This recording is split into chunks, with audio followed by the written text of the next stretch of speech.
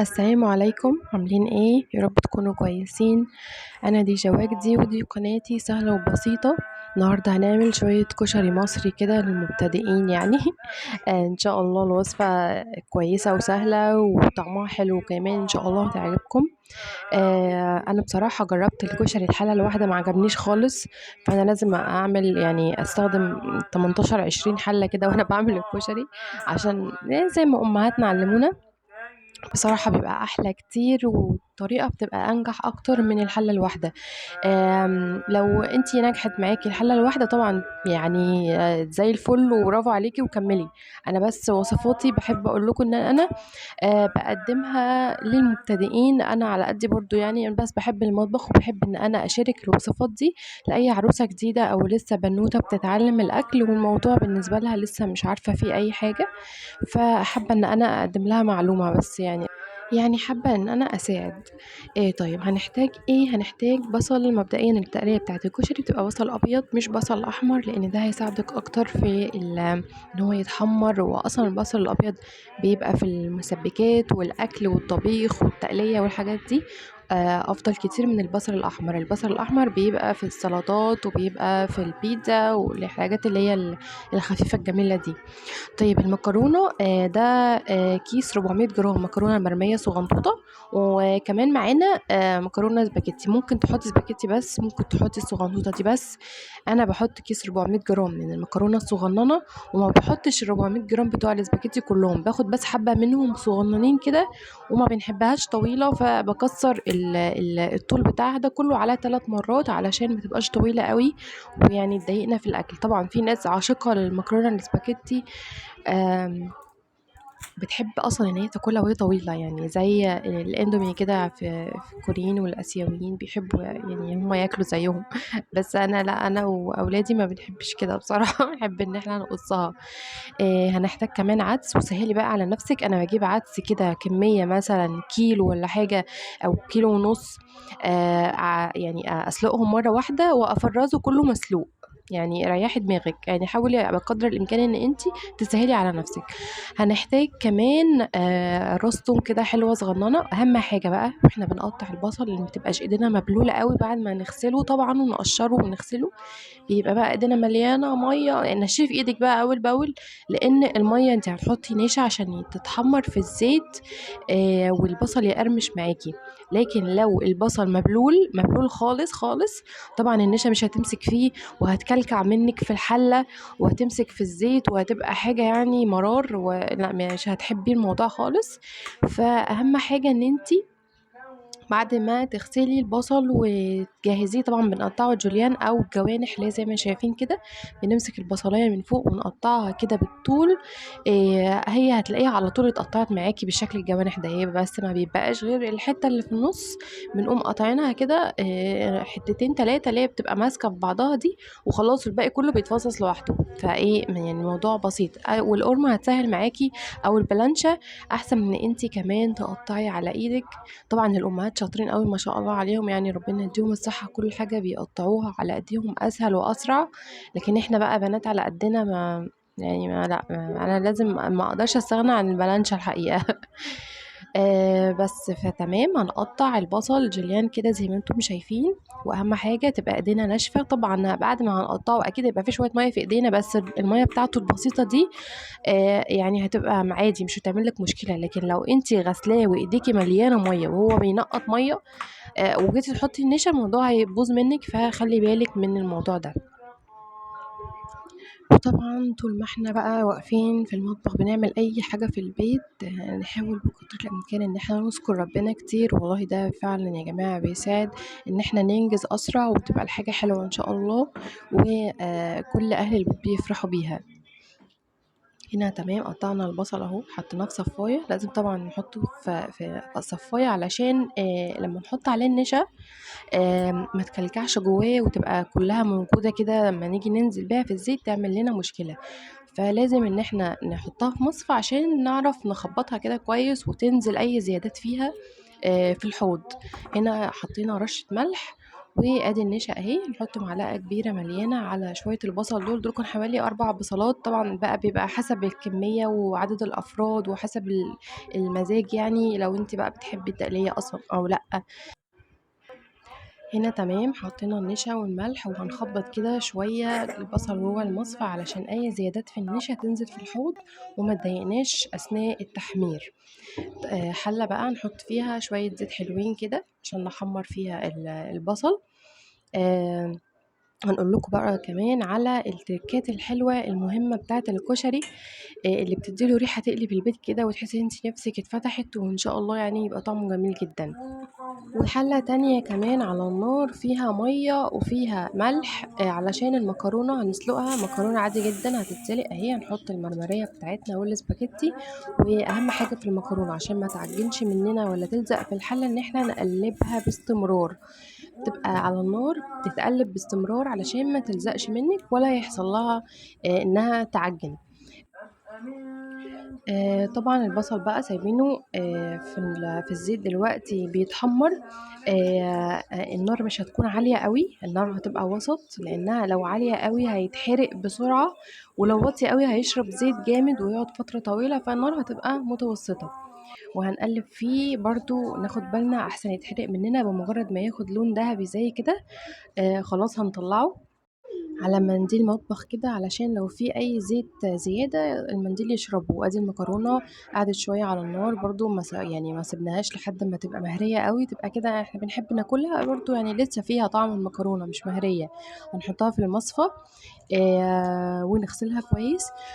وكمان معانا راس التوم ادينا اهو قشرناها. الحاجة بقى المهمة ان احنا الزيت اللي قلينا فيه البصل هنعمل فيه الرز، وهناخد كمان منه شوية في طبق كده زي ما انتم شايفين، علشان هنعمل بيه المكرونة يدي طعم للمكرونة كده بتاع التقلية. ادي التوم اهو هرسناه في الهراسة الجميلة دي. يا جماعة لو شفتها في اي وقت لازم تشتروا منها كتير، يعني اشتروا ليكوا للحبايب يعني بجد حلوة جدا، احسن من الهون وما بتعملش ازعاج وبتفرم احسن من الهون كمان. طماطم بقى، حبة طماطم حلوين كده، ده كان تقريبا كيلو طماطم. هنعمل بقى الصلصة، شوية زيت صغيرين هننزل عليهم بنص كمية الثوم المفروم، مش هنحط الكمية كلها، نص الكمية بس. وهنقلبها كويس ومش هنسيبها تاخد لون، يعني هي يا دوبك بس نشم ريحة التومة، نقوم على طول نازلين بعدها على التومة بكمية الطماطم اللي احنا ضربناها في الخلاط، من قبل ما نشوف ان التومة بدأت تاخد لون، يعني تاخدش لون خالص، او كمان النار كمان برضو متبقاش عالية لان التوم بيتحرق مننا بسرعة. فنبقى واخدين بالنا اول بس بتاخد كده الريحة بتاعة التومة تطلع، ننزل عليها بالصلصة على طول. تمام، ونغطيها. بمجرد بس ما بتغلي هنضيف بقى النص التاني، الكمية التانية بتاعة التوم، وهنحط برضو شوية حاجات ليها يخلوا طعمها تستي وجميل. ادي هي غليت فعلا، هنحط النص التاني من التوم، الكمية اللي احنا كانت معانا الراس اللي هي المتوسطة اللي كانت معانا في اول الفيديو. والتركية بقى الخطيرة اللي بتخلي ريحة الصلصة بتاعة الكشري رهيبة زي المحلات بالظبط، هي ورق اللورة. ورق اللورة يا جماعة بينزل في صلصة الكشري بيخلي ريحته جميلة جدا. هننزل مثلا من 3 4 ورقات. وده كمان تركية تانية، الكزبرة، كزبرة ناشفة وتكون مطحونة كويس، طبعا ما تبقاش خشنة زي بتاعة الطعمية عشان هتبقى طعمها يعني شكلها وحش وطعمها باين كده مش هتبقى لطيفة، فلازم تكون مطحونة كويس جدا.